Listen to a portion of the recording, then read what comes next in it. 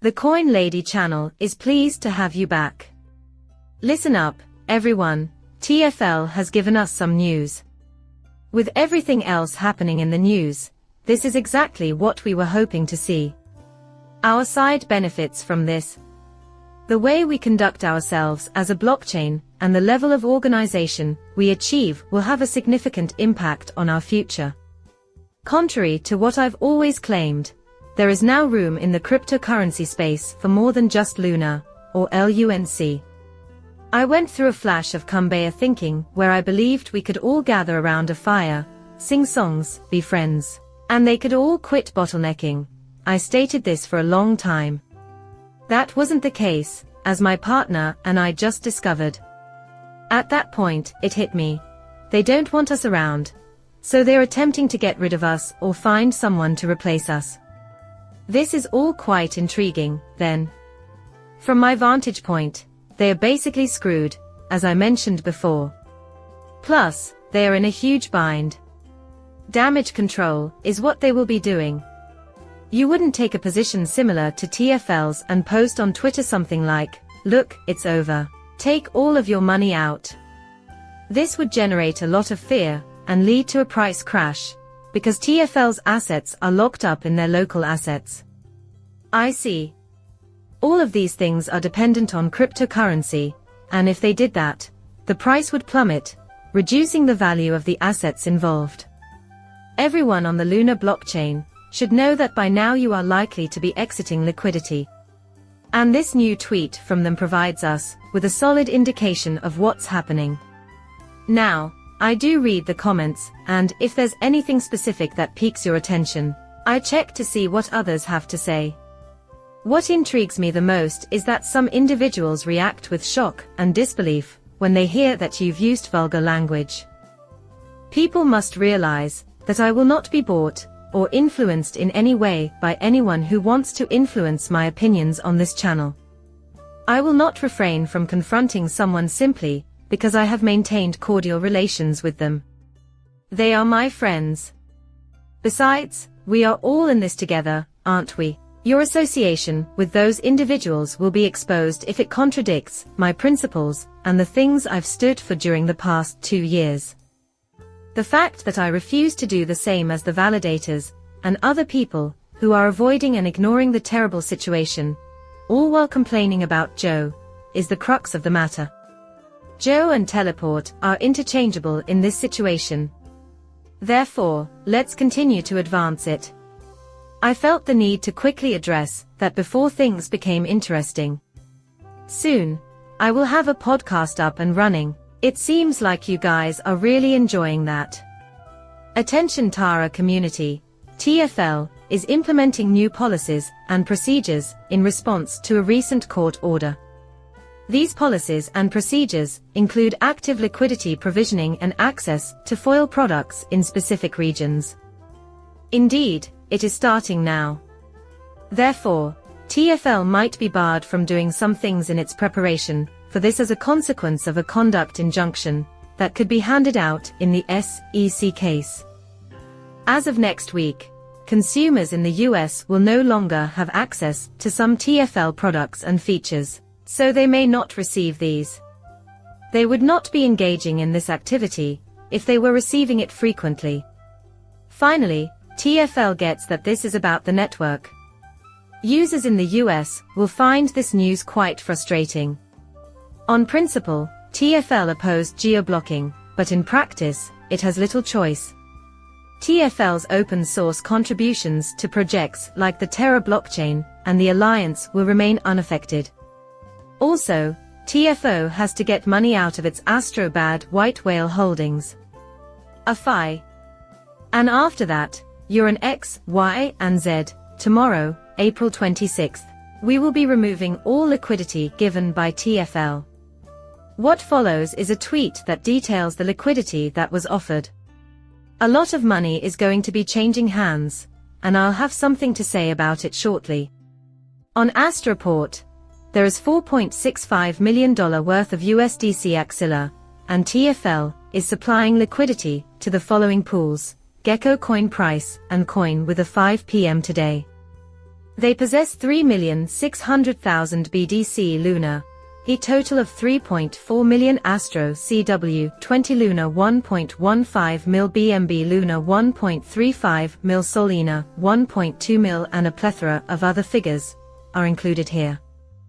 Apologies, Whitewell, but we have more of that on DeFi. This is all incredibly fascinating to us.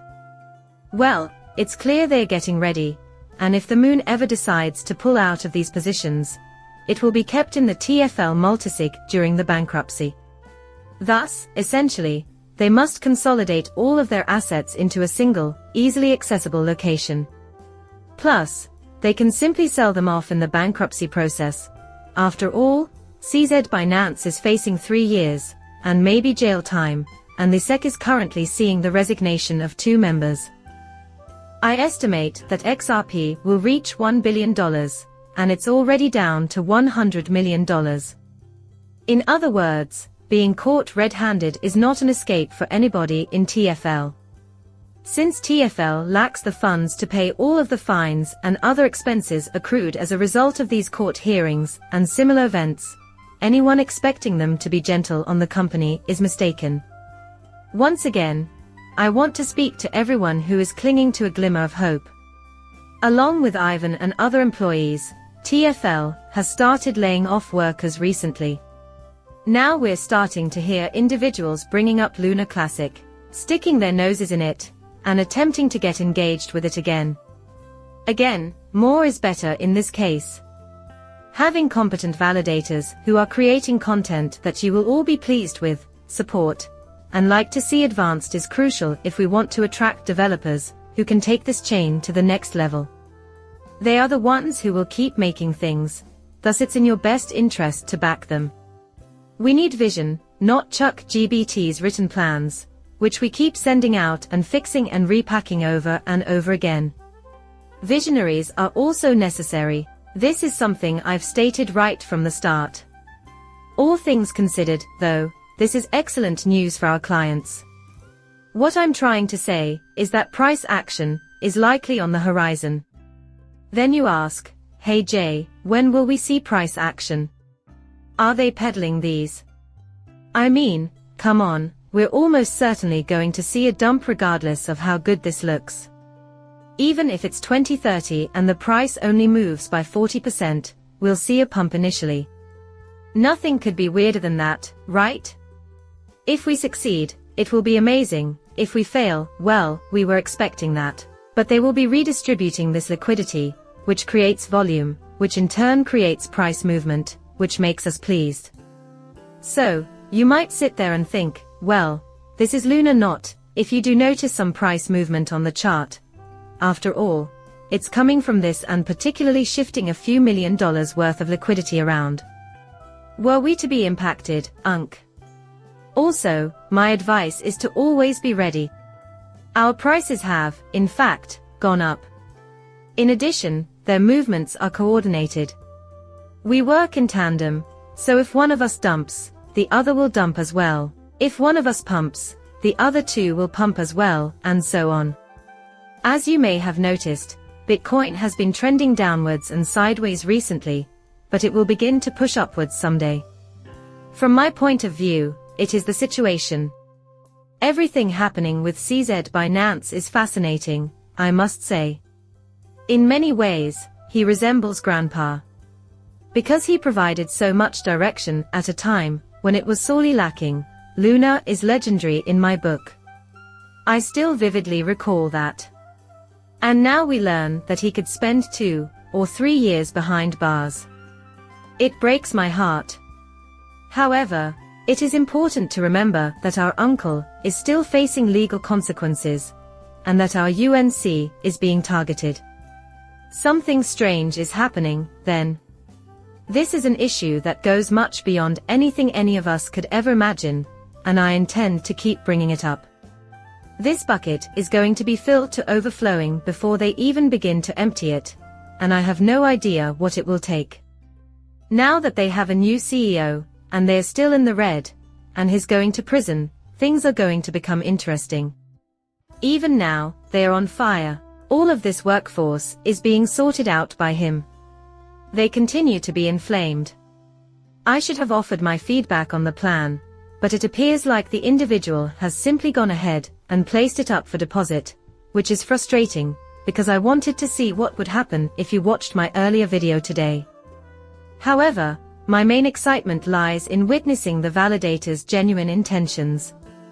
I would have preferred a couple of revisions, though. To be honest, I believe this is the simplest and first step to attempt to move forward with, because once you get past that point, you can start to hold individuals responsible for their mistakes. Regardless of our current location. When there is no regulation prohibiting something, it is difficult to hold someone responsible for it. All things considered, this appears to be a tax idea. Implementation would be entirely manual. I believe there is a great deal to it. To get this from the deposit stage into the voting stage, you need 5 million, so I'm going to contribute 1 million UNC towards it. Indeed, I will allocate $1 million to this. I'll post a link to it so maybe we can all lend a hand to this person. We can get this going and focus on what really matters. After all, as I mentioned in the earlier videos, nobody gave a second thought to that plan once it was rejected. After a while, no one pays attention to the DCM anymore, and the double noting falls by the wayside. Therefore, let's make it a headline. We should raise it. And we should encourage them to write articles regarding it. Reason being, it occurs without fail. We always seem to be in the news whenever there's a proposal, whether it's a hike in the minimum commission rate, which, by the way, approved at 2.5%, or a change to the standard 0% commission rate, which is fantastic. This is the initial stage. Perhaps we can increase it to 5%. It gets out there, though, because people write about it. This may cause them to publish additional articles about the double and network noting and general chaos on this blockchain, drawing even more attention to the issue. Therefore, it's all quite fascinating. I will do my best to include links to all of the resources I have used in the description. Along with CZ's current predicament, I will also include a link to this. I mean, come on. He has acted morally. He's jumped right in, and this is much what I mentioned while discussing DK. If he dove in blindly, he would likely be about 3/4 of the way in. He remains in Montenegro at this moment. Neither the United States nor South Korea have requested his extradition. Even without beginning, he has failed to make any progress. In contrast, this individual is quite close to being sentenced. Oh, and he's a gamer. He is savvy about the game and may have engaged in money laundering or anything similar. It is crucial, though, that we bring this man back into crypto. Well, that concludes our video. Like and subscribe as usual, and feel free to leave a comment with your opinions. Muchas gracias, depart.